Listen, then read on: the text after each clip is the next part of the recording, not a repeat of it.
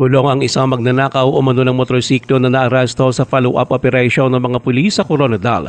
Kinilala ni Coronadal Chief of Police Lieutenant Colonel Peter Pinalgan Jr. ang suspect na si alias Kier, 33 anyos na taga-barangay Sinawal, General Santos City. Siya ay naabutan ng mga pulis sa sitio Guadalupe, Barangay Carpenter Hill.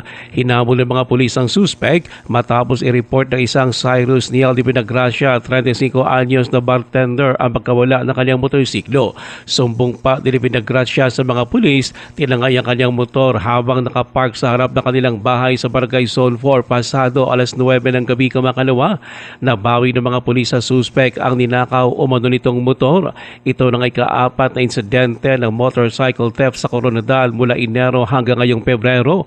3 sa mga motorsiklo ay nawala sa Barangay Zone 4. Ayon kay Pinalgan, inaalam pa ng PNP kung magkakaugnay ang nasabing mga insidente. Nauna lang nanawagan sa Zone 4 Barangay Chairman Eleanor Borges sa mga mamamayan sa kanilang lugar na ingatan ang kanilang mga gamit at huwag lang iasa sa mga otoridad ang pagbabantay sa mga ito. Ruel Usano, NDBC Bida Balita.